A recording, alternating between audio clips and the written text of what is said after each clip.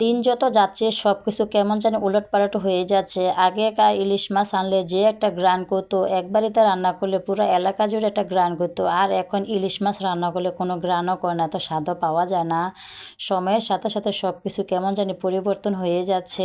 আসসালামু আলাইকুম, সবাই কেমন আছেন? আলহামদুলিল্লাহ, আপনাদের দোয়া আমাদের পরিবারের আমরা সবাই অনেক ভালো আছি। কেন জানি না আজকে কোনো কিছু খাবার খেতে ভালো লাগতেছে না, আজকে মাংস ভালো লাগতেছে না, মাছ রান্না করেও খেতে ভালো লাগতেছে না। আপনার ভাইকে বলছিলাম যে আজকে বাজারে যাওয়া, তোমার যেটা ভালো লাগে সেটি নিয়ে আসো। ও 2টা ইলিশ মাছ নিয়ে আসছে, মাঝারি সাইজের, এত বড় না। আমি দেখতে বলছে যে এই মাছটা তো এত বেশি একটা ভালো হবে না। ও বলছে যে বাজারে যেটা পাইছে সেটাই তো নিয়ে আসছে। তো যাই হোক, কি আর করা, যদি রুচি নাও কয় পরিবারের জন্য রান্না করতে হবে, নিজে কম খাই বেশ খাই খেতে তো হবে। আর সব সময় তো নিজের হাতে রান্না করি না, এই কারণে মনে হয় যে নিজের রুচিটাও বেশি একটা ভালো লাগে না। কারণ নিজের হাতে রান্না খেতে খেতে কেমন জানি একঘেয়েমি হয়ে গেছি।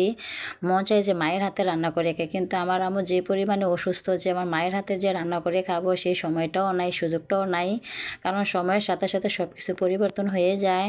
তা আমার মায়ের দিন যত যেতেছে তত অসুস্থ হইতেছে। এই কারণে আরও মাকে আর জোর করতে পারে না যে মায়ের হাতে রান্না খাবো। আর শ্বশুর বাড়িতে যেহেতু থাকা পড়ে, বাবার বাড়িতে যাওয়াও পড়ে না, মায়ের হাতে রান্নাটাও খাওয়া পড়ে না। তো আর কি আর কর, আমার কাজ আমারও তো করা লাগবে। কারণ সবসময় যেহেতু রান্না করার অভ্যাস হয়ে গেছে, আর রান্না না করলে পরিবারের মানুষ কি খাবে? আর রান্না তো নিজের করতে হবে, ভালো লাগুক আর খারাপ লাগুক রান্নাটা করতে হবে। সব চাকরি যেমন তেমন, রান্নার চাকরিটা কিন্তু আমরা বন্ধই করতে পারবো না। কারণ আমরা বেতন ছাড়া চাকরি করে সুস্থ থাকি আর অসুস্থ থাকি, রান্নাটা তো করতে হবে। রান্না না করলে পরিবারের মানুষ কি খাবে?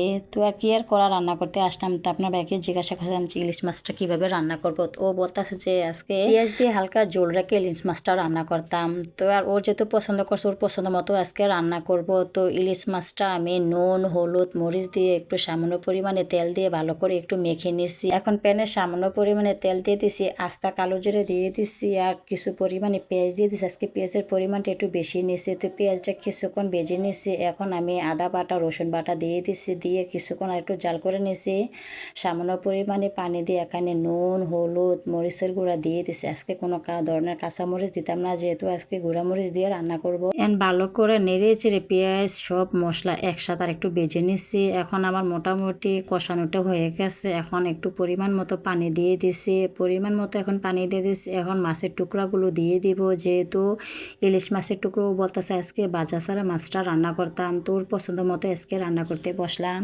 তো সবগুলা ইলিশ মাছ, মাছের মাথা, মাছের টুকরাগুলো একসাথে দিয়ে দিছি। আজকে দোনোটা মাছ একসাথে রান্না করবো, যেহেতু ইলিশ মাছ রান্না বলে কথা, আর পরিবারের সবাই খাইবো। যেহেতু ইলিশ মাছ রান্না করব তৃপ্তি সহকারে সবাইকে নিয়ে, একবেলা যদি খুশি মতো খাওয়া যায় সেটার মধ্যে অন্যরকম সুখ পাওয়া যায়। তো এখানে আমি সবগুলো মাছের টুকরা, মাছের খাড়ি, মাথা একসাথে দিয়ে দিছি, দিয়ে কটা টমেটো দিয়ে দিছি, দিয়ে সামান্য পরিমাণে মশলা দিয়ে দিছি। এখন সব কিছু ভালো করে মিশিয়ে নিছি। এখন ভালো করে হচ্ছে আমার রান্নার পালা। মাশাআল্লাহ, তরকারির কালারটা কিন্তু অনেক সুন্দর হয়েছে। আর ইলিশ মাছের তরকারির কালারটা যদি সুন্দর না হয়, রান্নাটা যদি ভালো না হয়, খেতেও তো ভালো লাগে না। কারণ এত দাম দিয়ে ইলিশ মাছ আনা হয়েছে, যদি তরকারিটা খেতে বেশি ভালোই না লাগে তখন তো ভালোই লাগে না বলে। যাই হোক, কিছুক্ষণ জাল করে নিয়েছি। তরকারিটা মোটামুটি আমার রান্নাটাও হয়ে গেছে, যেহেতু আগের থেকে আমি সব মশলা কষিয়ে রাখছি, মাছগুলো মাখিয়ে রাখছি। এ কারণে আমার তরকারিটা রান্না করতে বেশি সময় লাগছে না। মোটামুটি তরকারিটা আমার রান্নাটাও হয়ে গেছে। এখন হয়েছে সবাই খাবো একসাথে, আর পরিবারের সবাইকে নিয়ে খাওয়ার মজাটাই আলাদা। ইলিশ মাছের তরকারি রান্না করতে কিন্তু বেশি সময় লাগে না, যে কোনো জিনিস রান্না করতে সময় লাগে না, কিন্তু তৈরি করে আনতে কিন্তু অনেক সময় লেগে যায়। যখন রান্নাটা তাড়াতাড়ি করে নিয়েছে, এখন খাইতে অনেক সময় লাগবে না।